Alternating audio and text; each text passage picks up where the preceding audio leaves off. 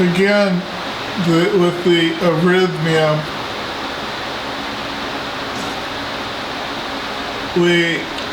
I had this line is up and this line is slipping, and it's also slipping in the Baroque direction. Lower left, upper right is the Baroque, remember?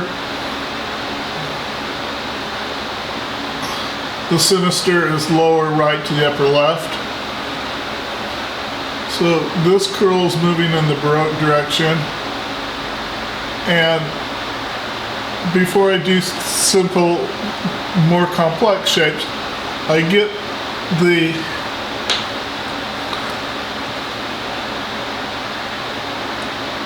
basic shapes down first.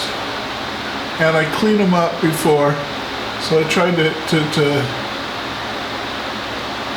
now I've taken this upper torso off and on so much that some of the armature is breaking through. I mean, the clay is breaking through to the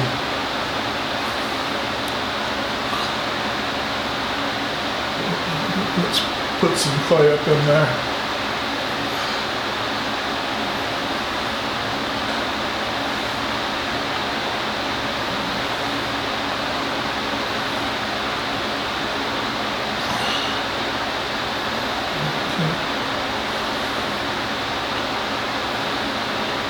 It's packed in nice and tightly.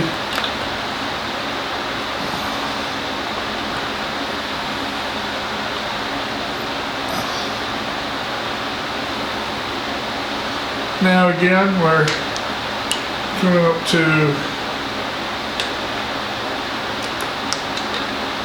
perfect that basic shape. And I lost my tool, there we go.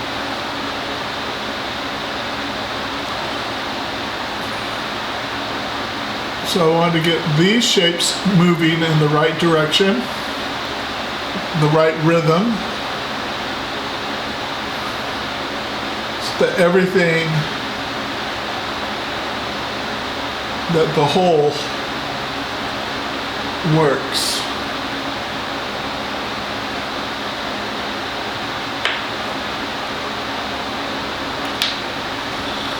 Let's see.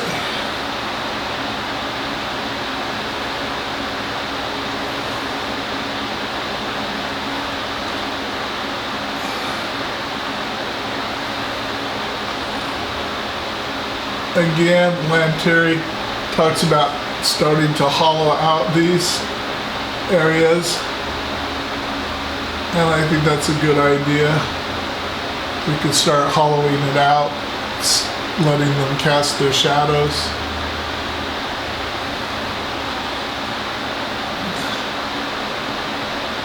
No parallel lines. Parallels kill.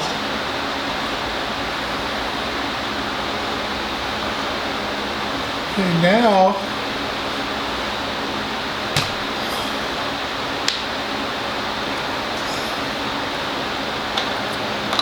I'm starting to arrive at a shape that I like. And really, the best way to learn this is by comparison. It's a good idea to do 2 or 3 pieces at once, and then look at other artists, look at Bernini, look at Musha. And then by comparison, you start getting what that movement is all about. But until you do it, you really, I see a lot of guys try to copy, and they don't get the elongation of something. I mean, they'll have it similar to the artist who is successful at this, but they don't get the distances right, and the pacing, the timing, the rhythm is all wrong.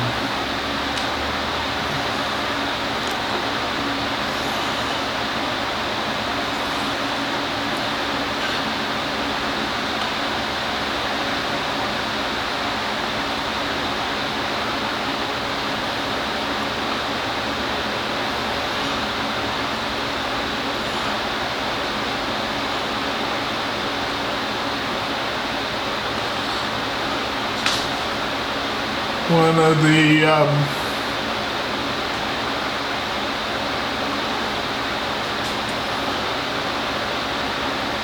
cannons is 7.5 heads. I just think that 7.5 heads is, I'll never use 7.5 heads because it makes the person look too average and not beautiful. So added beauty, I do 8 heads, even 8.5 heads to add an elongated leg, something like that.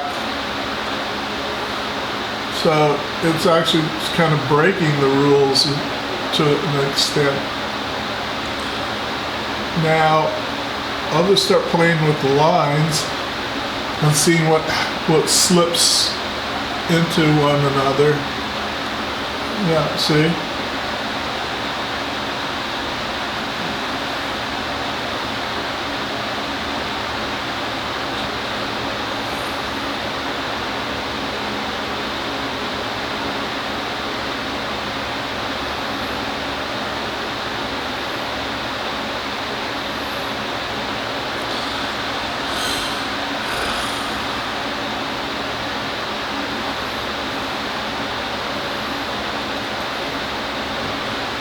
Constantly slipping and rolling the line, so the line is twisting.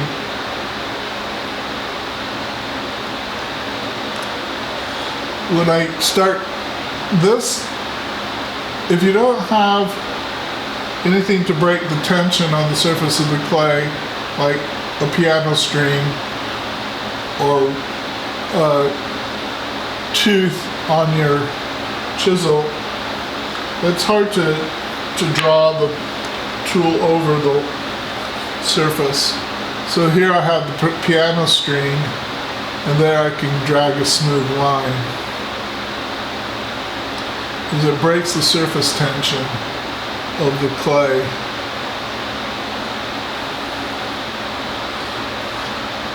And that line slipped accidentally, proving Aristotle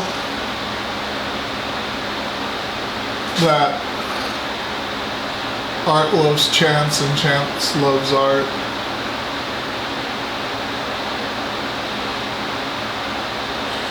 It actually would have been correctly translated as from an art to technique, technos.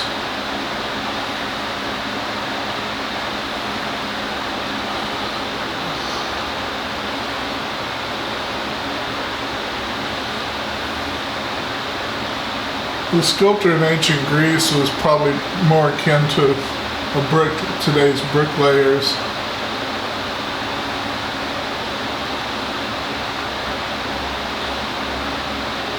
Stonemasons, probably just above. But public worker, the sculptor would have been a public worker. There, now we're getting a nice rolling of the line.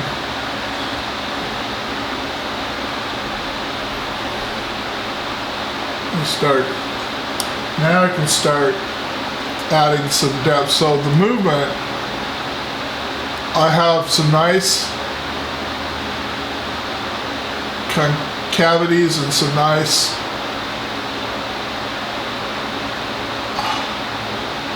hollows and some nice bosses.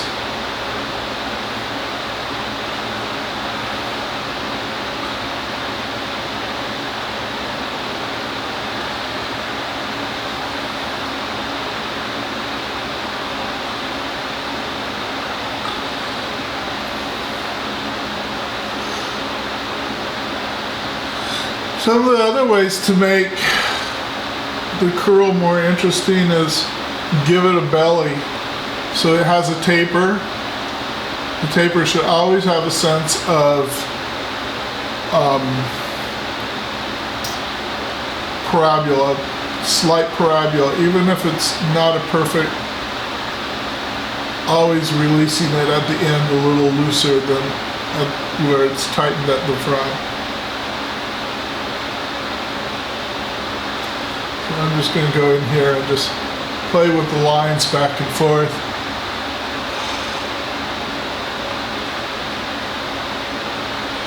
and just play with this for about another half hour.